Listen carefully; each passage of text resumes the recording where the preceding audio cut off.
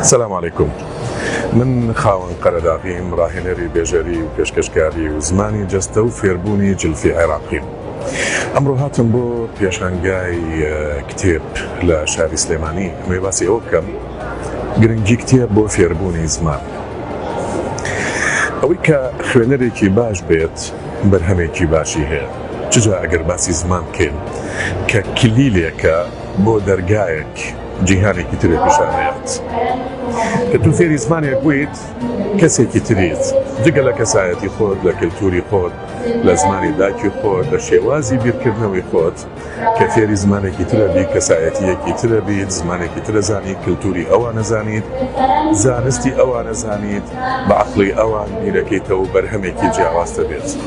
بۆیە من پێم وایە گەنجانی ئێمە ئەگەر ئەیانەوێت فێر بن ئەمڕۆ ڕۆژی ئەوەیە فێری نزیکترین زمان بیت کە کاریگەری هەیە لەسەر ژیانی ڕۆژانەت و بە هەمان شێوەش سوودێکی زۆرە پێبەخشێت.